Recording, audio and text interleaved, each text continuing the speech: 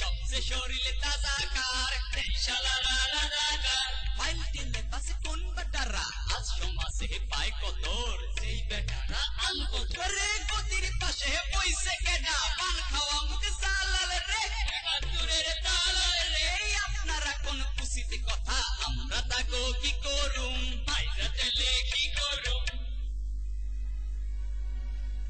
রাজাকার অর্থ স্বেচ্ছাসেবক। শব্দটির প্রথম অংশ রাজা আরবি, দ্বিতীয় অংশ কার ফার্সি।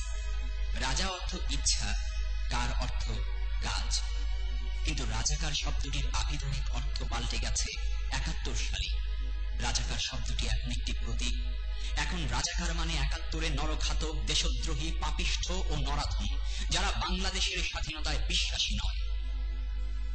৭১ পাকিস্তানি হানাদার বাহিনীর দোসর সেই রক্ত পিশাচী খুনিরাই শুধু রাজাকার নয়, রাজাকার এখন সংঘবদ্ধ প্রতিক্রিয়াশীল একটি গোষ্ঠী। ওরা সময়ে অসময়ে মায়া কান্না জুড়ে দেয়। ওরা আমাদের স্বাধীন সার্বভৌম বাংলাদেশের সুনীল আকাশে আবার ওড়াতে চায় জামতারা পতাকা। ধর্মের আবরণে, ধর্মের কলসে, ধর্মের মুখোশে ওরা হত্যা করতে চায় প্রগতিশীলদের। আমাদের ফিরিয়ে নিতে চায় মধ্যযুগীয় বর্বরতায়, আমাদের ফিরিয়ে নিতে চায় আইয়ামে জাহিলিয়াতের অন্ধকারে। বিভ্রান্তির কালো মেঘে ওরা ঢেকে দিতে চায় আমাদের মুক্ত আকাশ। বিশাল উদার আকাশে ওরা শুভ্র পায়রা নয়, ওরা দেখতে চায় ভয়ঙ্কর কালো শকুন। আত্মজিজ্ঞাসার পথ ওরা রুদ্ধ করে দিতে চায় কুসংস্কারের কালো আল খাল্লায়। ওরা আমাদের চোখে পরিয়ে দিতে চায় ঠুলি, ওদের মুখে ধর্মের বলি। ধর্মের বর্ম দিয়ে ওরা থামিয়ে দিতে চায় সভ্যতার চাকা। রাজাকারের সংজ্ঞা নিরূপণ করা বড় কঠিন। রাজাকারের ক্লাসিফিকেশন করাও খুব ডিফিকাল্ট। সদ্য গজিয়ে ওঠা গজায়মান নব্য রাজাকারদের নিয়েই হয়েছে যত প্রবলেম। ওদের জন্য বাংলাদেশ হয়ে উঠছে ক্রমশ গনগনে আগুনের ফুলকি।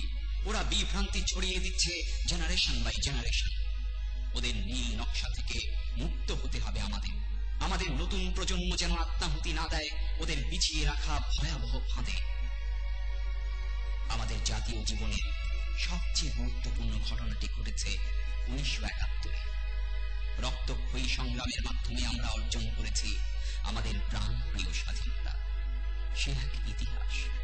সেই ইতিহাস আমাদের মুক্তিযুদ্ধের গৌরবের ইতিহাস, আমাদের জাতীয় জাগরণের ইতিহাস, আমাদের ঠিকানা খুঁজে পাওয়ার ইতিহাস।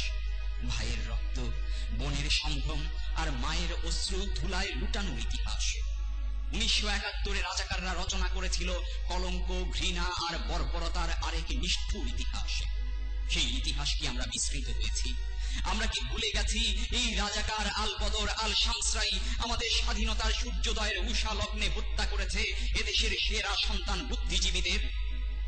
আমরা ক্ষমা করলেও ইতিহাস ওদের ক্ষমা করবে না। স্বাধীনতার পর দালাল আইনে ফাঁসির আদেশ হয়েছিল ৭১ নেংটি রাজাকার চিকন আলী। কিন্তু ভাগ্যের কি নির্মম পরিহাস, সেই আদেশ কার্যকর হয়নি। চিকন আলী আজও বেঁচে আছে।